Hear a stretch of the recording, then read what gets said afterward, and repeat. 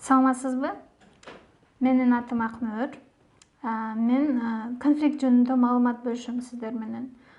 Сиздер билесиздер, акыркы убакта пандемияга байланыштуу жумушсуздуктан, үй бүлөдөгү ар кандай келишпестиктер, үй бүлөдөгү муктаждыктар, ошол кыйынчылыктардан улам кандайдыр бир конфликттер болуп жатканын биз билебиз. Сиздер баарыбыз байкап атабыз бул нерсени. Ошондон улам ар кандай зордук зомбулук, кырсыктар, суицидтерге барып жатышат кээ бирки адамдар конфликттен улам. Эгерде ошол конфликтти үстүнө кошпостон өз убагында чечкенди билип алсак, биз көп кыйынчылыктар, кыйын нерселерди, жаман нерселерди, ар кандай кырсыктардын алдын ала алабыз, эгерде ошол конфликтти убагында чечкенди билсек. Негизинен конфликт эмнеден келип чыгат? Жоопкерчиликсиздиктен, үй бүлөдөгү жоопкерчиликсиздиктер, жумуштагы жоопкерчиликсиздиктер, дагы ошондой эле сыйлабастык.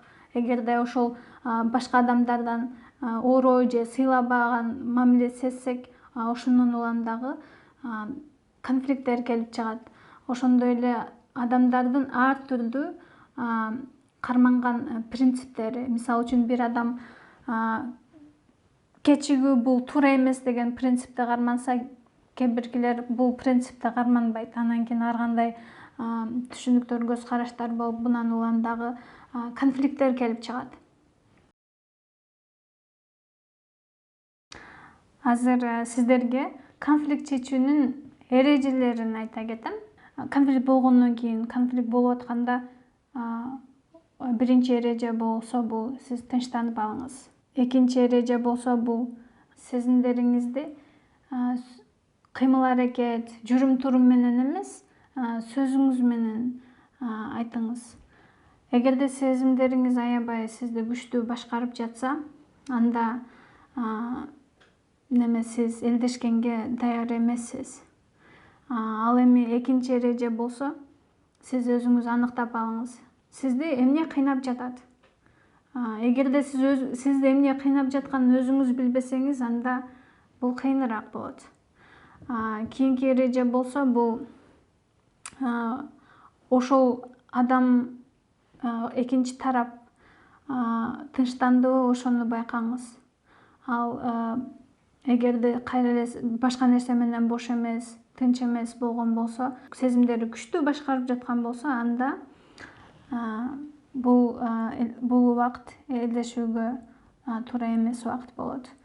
Андан кийинки, эгерде ал тынчтанып турганын байкасаңыз, анда барып сен менен сүйлөшүп алсам болобу деген сыяктуу аны менен барып сүйлөшкөнгө аракет кылыңыз, элдешкенге аракет кылыңыз. Эгерде ал ошол даяр болгон болсо, анда ошол адамга сизди эмне кыйнап жатат, ошону гана айтыңыз.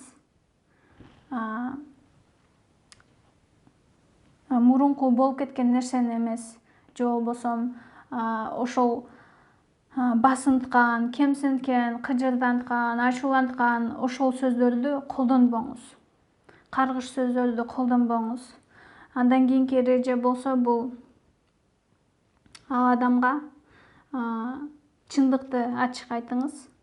Сен ушундай кылгандыгың үчүн, ушуну айткандыгың үчүн мен жаман сездим, же болбосо ачууландым, кыжырдандым деген сыяктуу ал адамга чындыкты айтыңыз. Андан кийинки эреже болсо, ошол өжөрлөнбөңүз. Өжөрлөнсөңүз, ал адам таарынышы мүмкүн. Негизинен конфликтти үстүнө үйбөш керек. Убагында чечкенге аракет кылыш керек. Эгерде убагында чечпесеңиз, анда кийинчерээк кыйыныраак болуп калат. Дагы бир нерсе, бул болсо конфликт чечүүнүн эрежелерин эки тарап тең жакшы билсе, анда элдешүү болот. Эгерде менин бөлүшкөн маалыматтар сиз үчүн пайдалуу болгон болсо, жана жаңы нерселерди үйрөнгөн болсоңуз, башкалар менен бөлүшүңүз, жакындарыңыз менен. Кийинкиде ошол конфликт чечүүнүн кадамдарын сиздер менен бөлүшүп кетем. Сиздер менен кайрадан көрүшкөнчө саламатта болуңуздар.